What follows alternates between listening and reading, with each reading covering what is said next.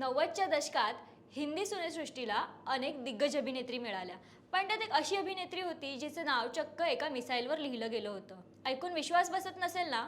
चला सांगते. तर ही अभिनेत्री दुसरी तिसरी कोणीही नसून ती होती रवीना टंडन.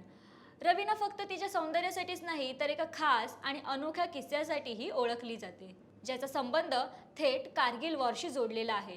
1999च्या दशकात कारगिल युद्धादरम्यानचा एक किस्सा आजही अभिमानाने सांगितला जातो. त्यावेळी रवीना खूपच लोकप्रिय होती.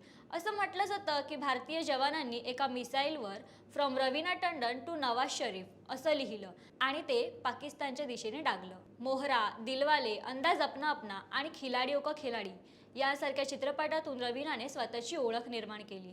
ती फक्त ग्लॅमरस रोल्सपुरती मर्यादित राहिली नाही, तर दमन आणि सत्ता यासारख्या चित्रपटातून आपल्या अभिनयाची ताकद दाखवली. दमन या चित्रपटासाठी तिला नॅशनल अवॉर्डही मिळाला, जो तिच्या करिअरमधला मोठा टप्पा ठरला.